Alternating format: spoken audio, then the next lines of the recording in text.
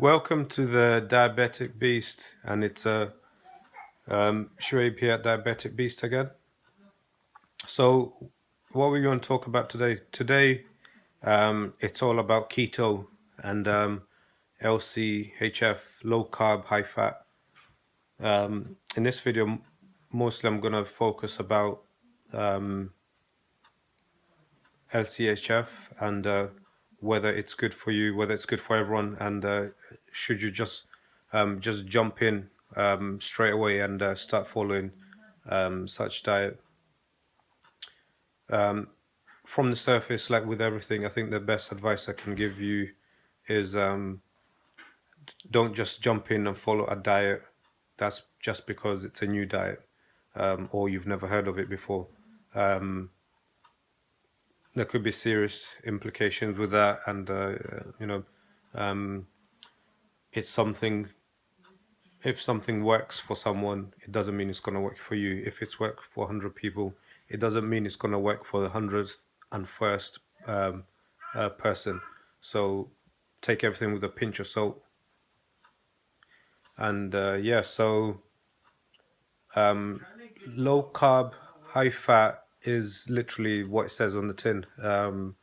You'll be going low carbs and eating high amount of fats. Now, if this may work for people, this may make people lose weight. I say this because it's kind of working for me and it's making me lose weight, but I'm not strictly following that diet. I'm not saying I'm following a diet as such. I'm not following LCHF. I'm just eating low amounts of carbs, low amounts of sugars, low amount, of anything, low to medium amounts. Anyway, I'm not restricting myself to the high, the scales they've put for us. So very low carbs and very high fat. So my fat intake, just to give you an example, right now, it's probably about 30, 40, 50. It could even be 100 grams of fat a day. Just depends what that fat is. Is it, it's not all from saturated fat on meat. That could probably be 5% of that. 50% could be olive oil spread or something like that. So fats, remember guys, come from a variety of sources. They come from nuts, they come from olive oil, they come from cheese, from milk. Fats come in all shapes, forms and sizes. So and the key thing, for me is just reducing amount of food in general overall. So I'm not really restricting myself to any diet as such, because as I said, following diets may not work for everyone. And if you restrict yourself and follow a diet, what you're including could be too much for yourself, your body, and what you're reducing or restricting could be too little for you, again, your body. Now, a lot of guys may not tell you that out there just because it's working for them, just because they're a fitness model and they've been doing it for 20 years. Doesn't mean it's going to work for everyone. So you've got to be careful with this stuff out there. And as it's best said, always speak to your physician first, or your doctor, your dietitian, whoever. Get real advice, find out real facts, get real guidance.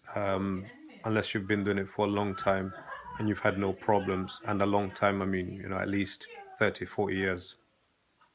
So yeah, I'm kind of almost in that bracket, but not there. Yeah, so you've got to really be careful what you follow out there. Don't follow Atkins just because it says it's good for you, or it's going to reduce 10 pounds of fat in 6 months. But what's really happening inside your body? Do you know that? Do you know that maybe bad cholesterol is increasing in your body? Do you know maybe sodium content is going up too high? It's hitting the roof. So you need to find out these things there. And what you've got to really concentrate on is yourself, getting results for yourself. Make sure you're healthy. Keep checking your blood, keep checking your blood pressure, keep checking your weight, your body fat, but also make sure the doctor, your physician, your sports scientist, whoever agrees with you, and not just base it on yourself. So think one key thing I want to raise here as well on LCHF is these guys who are saying it's good or everyone should try it or it's been working for them.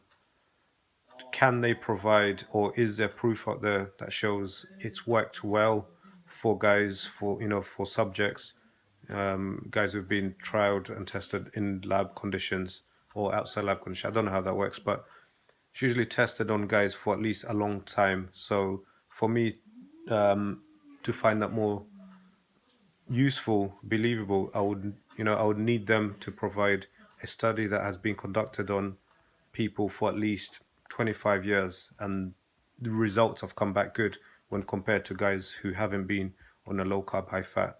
Now, don't get me wrong, I do believe low carb or moderate amounts of carbs is going to make you healthier instead of high carbs. But high amounts of fat is debatable. Long term, is there proof? Can someone say this guy, 10 guys have been on it for 25 years and it's helped them be healthier, whereas another group of 20 people haven't been on high fat, and it's made them less healthier. So this is the kind of stuff you've got to be asking yourselves and asking the experts, and more importantly, asking the YouTubers out there who are promoting this stuff. And yeah, because if it's not really going to be healthy for you, it's going to be limiting you physically, mentally, and putting you, in at health risks. So yeah, I mean, that's it. If you've got any comment, like usual, comment below and subscribe. And short one, but just to highlight what's going on right now out there with these LCHF. As far as I know, they're pretty recent.